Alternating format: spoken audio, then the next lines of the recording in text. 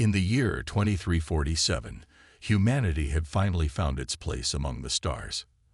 For decades, Earth's leaders had worked hard to prove that humans were ready to join the Galactic Council, a group of advanced civilizations that promised peace and cooperation across the galaxy.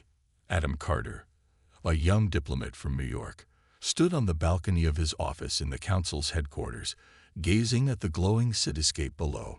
He believed deeply in the Council's message. War was an outdated idea, something left behind by less evolved species. It was a comforting thought, one that gave him hope for the future. Not far away, Rachel Monroe sat at her desk in a high-tech lab, staring at streams of data flowing across her screen. She was a scientist who had dedicated her life to studying alien languages and communication systems.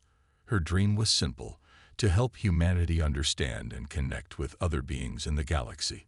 She often imagined a world where humans could share their knowledge, art, and culture with others, creating bonds stronger than any weapon could break. But lately, strange things had been happening. Unusual signals had started appearing near Earth's outer colonies. At first, they seemed like glitches, but now they were becoming harder to ignore. Adam and Rachel weren't the only ones noticing changes. Across the planet, people were beginning to feel uneasy. Laura Bennett, a sharp-eyed journalist known for uncovering hidden truths, had picked up on rumors about missing supply ships near Proxima Centauri. These ships carried vital resources to Earth's distant outposts, and their disappearance raised questions no one wanted to answer. When Laura tried to investigate further, she hit a wall. Government officials refused to comment, and council representatives dismissed her concerns as paranoia. Back on Earth, Nathan Gray lived a quiet life on a small farm outside Chicago. Once a decorated military officer, he had chosen to leave behind the chaos of conflict after years of service. Now he spent his days tending crops and teaching survival skills to local kids. But even in his peaceful corner of the world, signs of trouble were impossible to miss. One evening, while repairing a tractor under the fading sunlight, Nathan noticed something odd in the sky. Ships, many of them, hovering silently above Earth's atmosphere. They didn't match any design he recognized, and they certainly weren't part of Earth's fleet. Curious and concerned, Laura decided to dig deeper. She reached out to Rachel, hoping the scientist might have some insight into the mysterious signals. Together, they pored over data late into the night. What they discovered sent chills down their spines. The signals weren't random. They followed patterns too precise to be natural. Worse still, they appeared to originate from areas close to human settlements. Something, or someone, was watching. When Laura and Rachel shared their findings with Adam, he struggled to make sense of it all. How could this be happening? The Council had always insisted that humanity was safe within its borders. War, they said, was a relic of the past. Yet here was evidence suggesting otherwise. Adam felt torn between his faith in the Council and the growing unease gnawing at him. Was it possible that the Council wasn't telling the whole truth? For now, life on Earth continued as usual. People went to work, children played in parks, and diplomats like Adam attended meetings filled with promises of harmony. But beneath the surface, cracks were forming. The strange signals, the missing ships, and the unexplained activity in orbit painted a picture few dared to confront. Humanity had been told there was nothing to fear, but deep down, Adam, Rachel, and Laura couldn't shake the feeling that reality might soon prove otherwise. The strange signals grew stronger, and the unease on Earth deepened. Laura Bennett spent her days chasing leads, trying to piece together what was happening near Proxima Centauri. She had always been good at connecting dots others missed, but this time, it felt like she was running into a brick wall. Every official she approached either ignored her or gave vague answers that led nowhere. Frustrated but determined, she turned to Rachel Monroe for help. If anyone could make sense of the mysterious data, it was Rachel. Rachel spent long hours analyzing the signals, her eyes glued to glowing screens in her lab.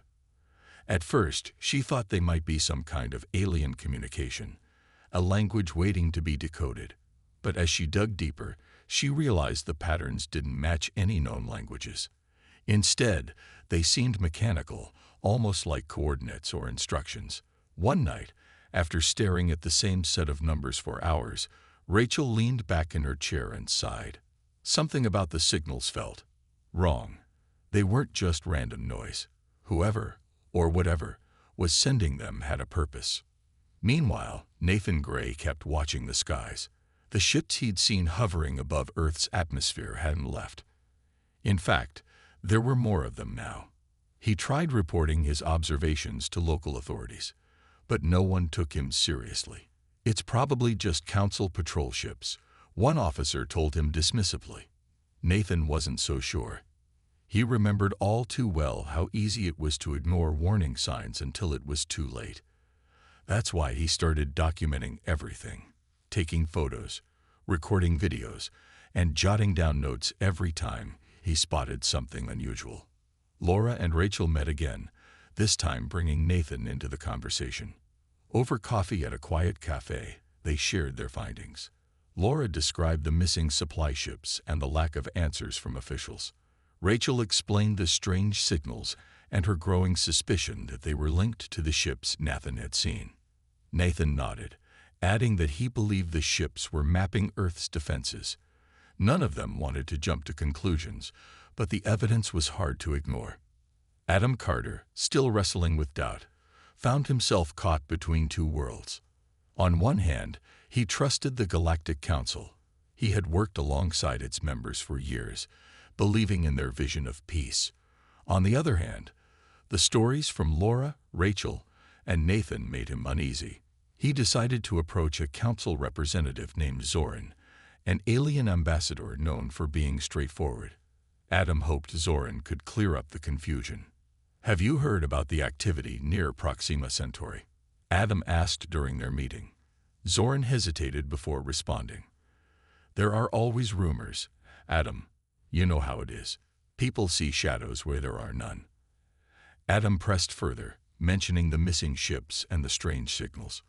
Zoran's expression remained calm, but his words carried a hint of caution. "Humans fear what they don't understand," he said.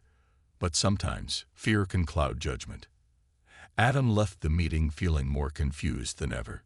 Zoran hadn't denied anything, but he also hadn't confirmed it. Back at his office, Adam stared out the window, thinking about Rachel's data and Nathan's photos. Could the council really be hiding something? Or was he letting paranoia get the better of him? As days passed, the situation worsened. More supply ships disappeared, and reports of unexplained phenomena poured in from across the globe. A farmer in Australia claimed to have seen a massive object descending into a nearby forest. A fisherman off the coast of Japan reported strange lights underwater. Even the news media began picking up on the stories, though they were careful not to cause panic. Laura used her platform to shine a light on the growing mystery. Her articles gained attention, sparking debates about humanity's role in the galaxy. Some accused her of fear-mongering, while others praised her for asking tough questions. Through it all, she stayed focused on finding the truth. Rachel, meanwhile, continued her work, convinced that the signals held the key to understanding what was happening. She reached out to Emily Dawson, a young tech prodigy who specialized in artificial intelligence. Together, they began developing a program to track and analyze the signals in real time. It was slow going, but Rachel knew they were onto something. Nathan kept watch over his farm, his binoculars never far away. He didn't know what would happen next, but he was ready. Ready to fight if he had to. Ready to protect his family and his home. The calm before the storm was ending, and everyone could feel it. Whatever was coming, humanity wouldn't face it blind. The attack came without warning. It was the middle of the night when Earth's orbital defense grid, the network of satellites and weapons designed to protect the planet, suddenly went dark. Alarms blared in military bases around the globe, waking soldiers and pilots from their sleep. In cities across the world, people looked up at the sky as flashes of light erupted in orbit. Something was happening, but no one knew what. Nathan Gray was already awake when it started. He had been sitting on his porch, staring at the stars, unable to shake the feeling that something bad was coming. When the first explosion lit up the sky, he grabbed his binoculars and ran outside. Through the lenses, he saw ships, dozens of them, firing on Earth's defenses. They weren't human ships. Their designs were sleek and unfamiliar, glowing faintly as they moved with terrifying precision. Nathan's heart sank. This wasn't just a random attack. Whoever these ships belonged to, they had come prepared. News spread quickly. Laura Bennett received an alert on her phone and immediately turned on her camera. She recorded herself standing in front of her apartment window, pointing out the flashes in the sky. "This is real," she said, her voice trembling. "Earth is under attack, and no one knows who's responsible." Within minutes, her video went viral, sparking panic and confusion worldwide. People flooded the streets, looking for answers or safety. Adam Carter rushed to the council headquarters, hoping for clarity. The building was chaos, with diplomats shouting over each other and screens displaying live footage of the battle above. Zoran, the alien ambassador Adam had spoken to earlier, stood near the center of the room, his expression unreadable. "What's happening?" Adam demanded. Zoran hesitated before answering. "We don't know yet," he said, "but we assure you this isn't the work of the council." Rachel Monroe watched the events unfold from her lab. Her hand shook as she monitored the strange signals she'd been studying. They were stronger now, almost deafening in their intensity. Whatever was attacking Earth, it was using those signals to coordinate its movements. Rachel called Laura and Nathan, urging them to stay safe while she worked on decoding more information. "If I can figure out where they're coming from," she said, "maybe we can fight back." The council denied any involvement in the attack, claiming it must be the work of rogue factions or pirates operating outside their control. But many humans found it hard to believe. Why hadn't the council warned them? Why weren't they helping? As the hours passed, frustration turned into anger. Protests erupted outside government buildings, demanding action. Some accused the council of betrayal, while others called for humanity to defend itself. Nathan felt a surge of determination. He had spent years running from his past as a soldier, but now he knew there was no choice. Grabbing his old uniform and gear, he drove to the nearest community center, where locals had gathered to organize a response. Many of them were scared, unsure of what to do, but Nathan stepped forward. "We can't wait for someone else to save us," he said firmly. "If we want to protect our families, we need to act now." His words inspired others, and soon, groups of volunteers began forming makeshift militias. Laura used her platform to rally support, broadcasting stories of courage and resilience. She interviewed Nathan, highlighting how ordinary people were stepping up to face the unknown threat. Her reports gave hope to millions, reminding them that even in the darkest times, humanity could find strength in unity. Rachel worked tirelessly, trying to hack into the enemy systems. With Emily Dawson's help, she developed a program capable of intercepting and analyzing the attackers' communications. Late into the night, they finally made a breakthrough. The ships were targeting Earth's energy grids, aiming to cripple the planet's infrastructure. Armed with this knowledge, Rachel contacted Adam, urging him to share the information with anyone who could help. As dawn broke, the reality of the situation became clear. Humanity couldn't rely on the Council anymore. The war they had been told was impossible was now here, and it was up to them to fight back. For Adam, Rachel, Nathan, and countless others, the calm was truly over. The storm had arrived, and it would test everything they believed in, and everything they were willing to sacrifice. As the attacks continued, humanity realized it couldn't wait for answers. It had to act. The enemy ships were relentless, targeting power plants, communication hubs, and military bases around the globe. Cities plunged into darkness as energy grids failed, and panic spread like wildfire. People scrambled to find shelter, unsure of what would happen next. But amidst the chaos, a spark of resistance began to grow. Adam Carter found himself at the center of this new movement. He had always believed in diplomacy, but now he understood that words alone wouldn't stop the invaders. Sitting in a dimly lit room filled with maps and screens, Adam worked alongside local leaders to coordinate a response. His experience negotiating treaties proved useful as he helped unite rival nations under one goal: survival. For the first time in decades, Earth's fractured governments put aside their differences. Together, they formed the Human Defense Coalition, pooling resources and manpower to fight back. Rachel Monroe focused her efforts on finding weaknesses in the enemy's strategy. Using the program she and Emily Dawson had developed, she analyzed data from the attackers' communications. The signals revealed patterns, specific times when the ships regrouped or recharged. Rachel shared this information with Nathan Gray, who was leading a group of volunteers near Chicago. If we hit them during those gaps, she explained over a secure channel, we might have a chance. Nathan took her advice seriously. With Rachel's intel, he organized small teams to strike at key moments.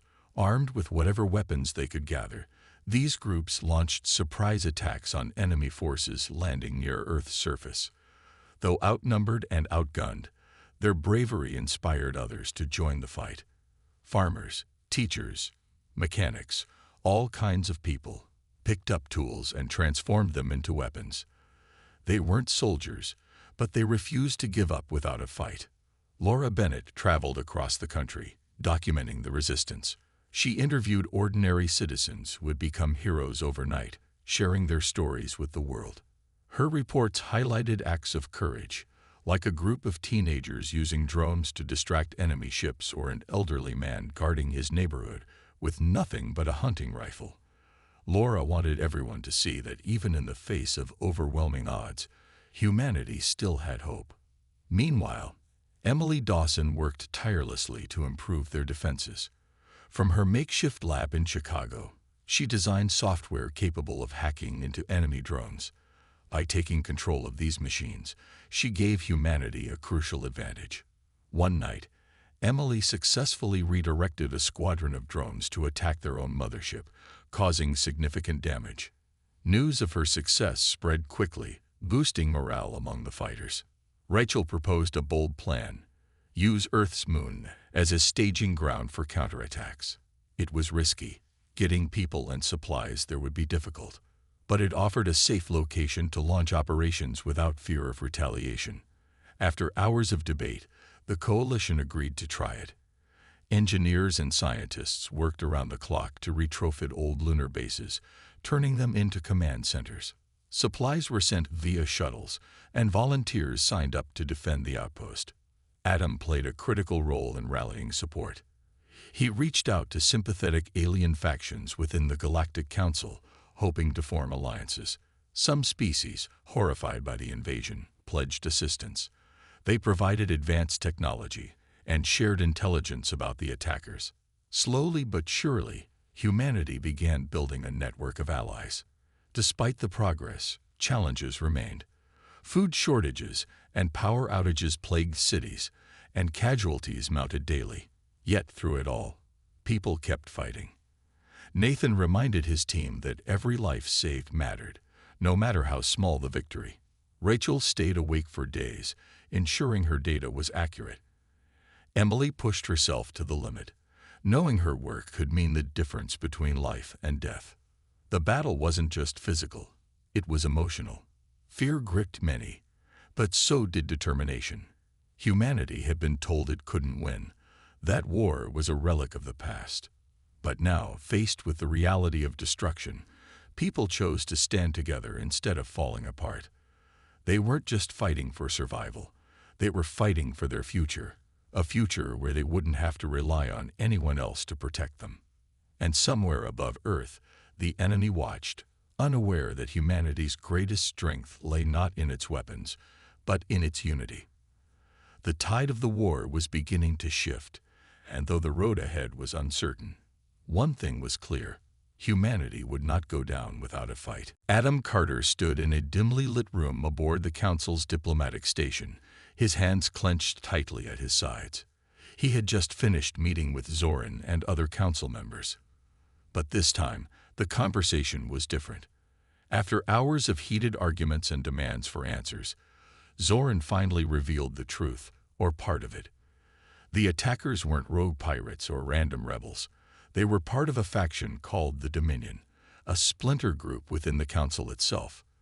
Their goal was to overthrow the Council's authority and reshape the galaxy according to their own brutal vision. But the revelation didn't end there. Zoran admitted that some Council members saw humanity's resistance as a threat. To them, Earth's growing defiance wasn't a sign of strength. It was dangerous instability. They worried that if humans continued fighting, it would inspire other species to question the Council's leadership. Adam felt sick. All this time, he had believed the Council wanted peace. Instead, they were more concerned about maintaining control than protecting innocent lives. When Adam returned to Earth, he shared what he'd learned with Rachel Monroe and Nathan Gray. Sitting around a table in a secure underground bunker, they listened in stunned silence. "So we're on our own," Nathan said after a moment, his voice heavy with anger. "The Council won't help us, and some of them might even want us to fail." Rachel nodded slowly, her mind racing. If the Council wouldn't support humanity, then humanity would have to find another way. Rachel proposed using Emily Dawson's hack drones to gather intelligence on the Dominion's fleet. By analyzing their movements, she identified a weak point, a massive command ship stationed near Saturn. This ship seemed to be coordinating the attacks, acting as the nerve center for the entire operation.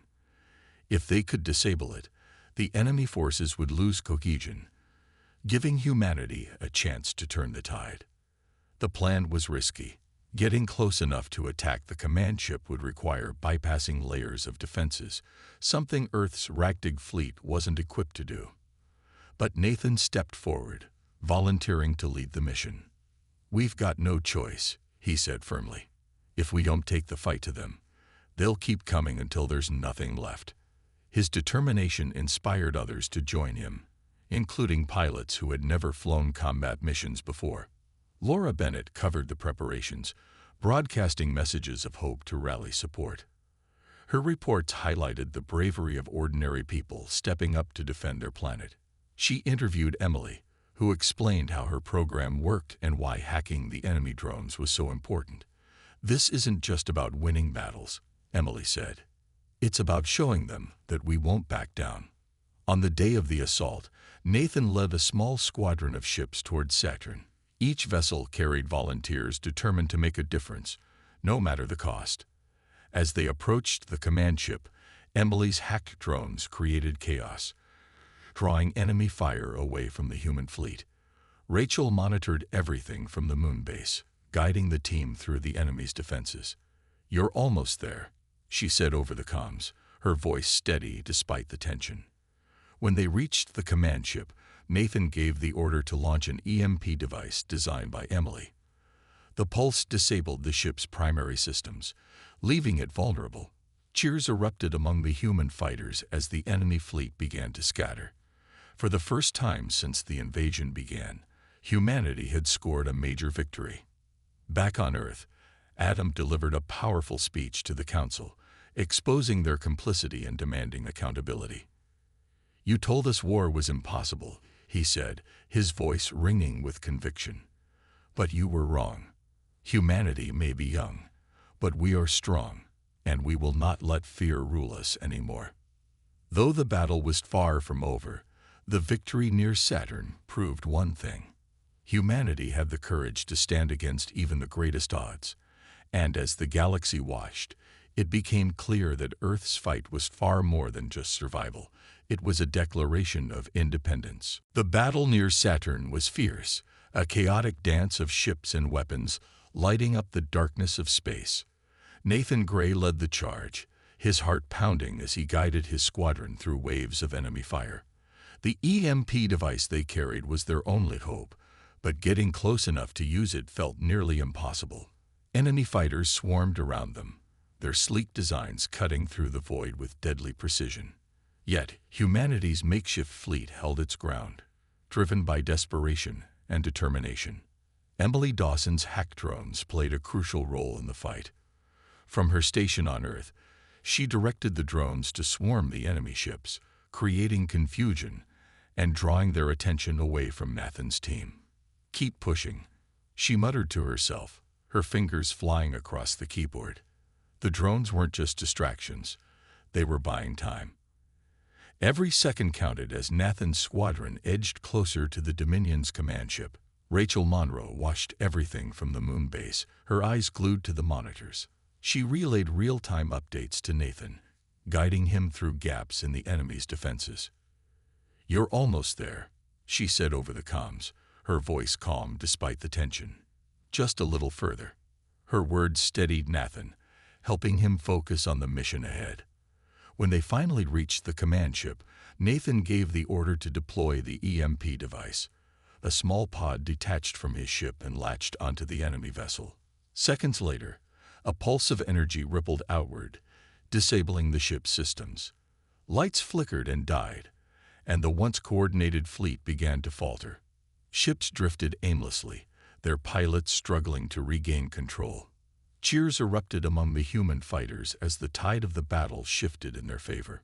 But victory came at a cost. Several ships in Nathan's squadron had been destroyed, and many lives were lost. As the survivors regrouped, Nathan felt a mix of relief and sorrow. He knew the fight wasn't over, but for the first time, humanity had struck a blow that mattered. Back on Earth, people celebrated the success, though the scars of war remained fresh. Cities still lay in ruins, and families mourned their loved ones. Yet the victory near Saturn gave them hope, a reminder that even against overwhelming odds, they could prevail. Adam Carter used the momentum to deliver a powerful message to the Galactic Council.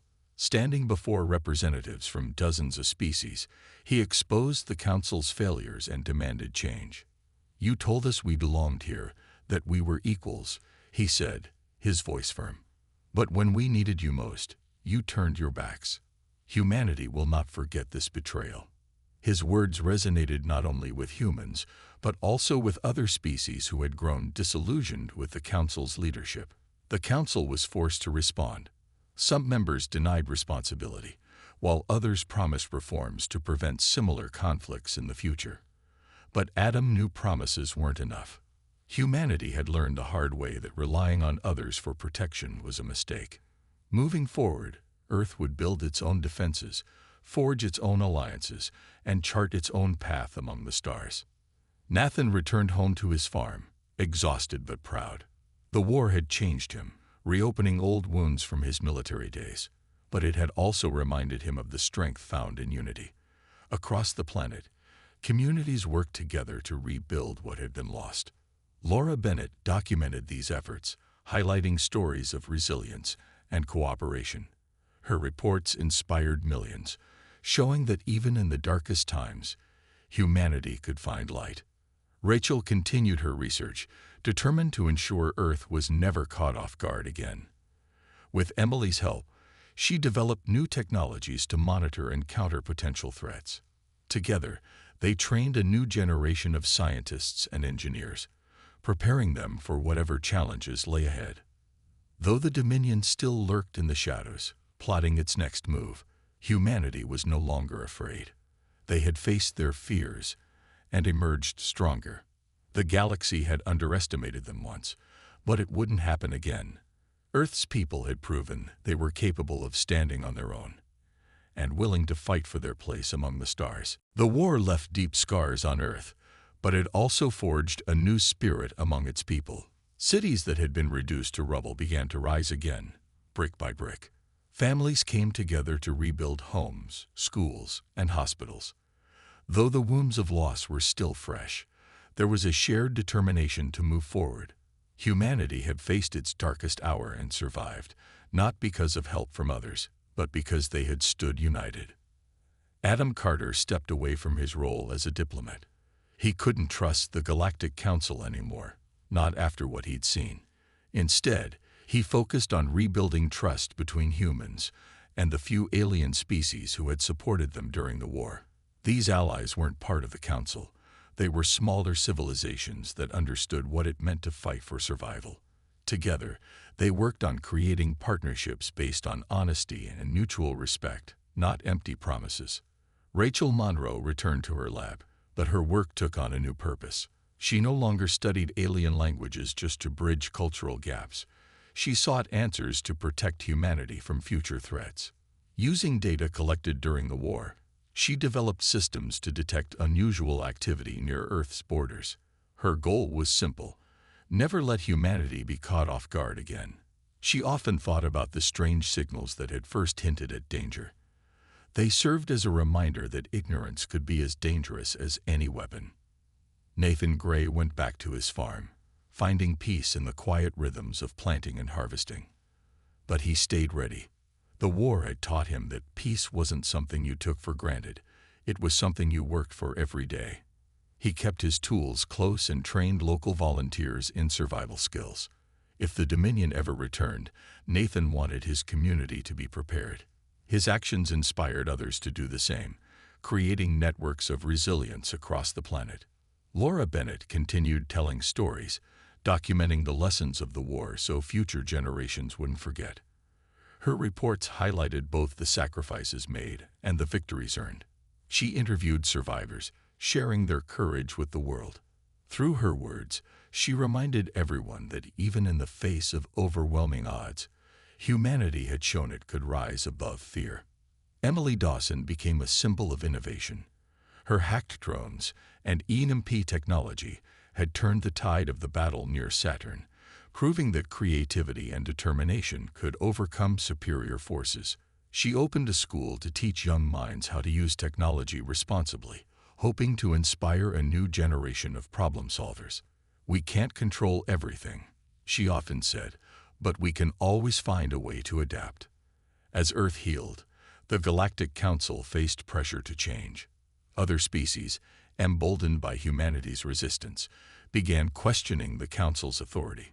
Some called for reforms to ensure all member civilizations were treated equally. Others demanded transparency, arguing that secrets only bred mistrust.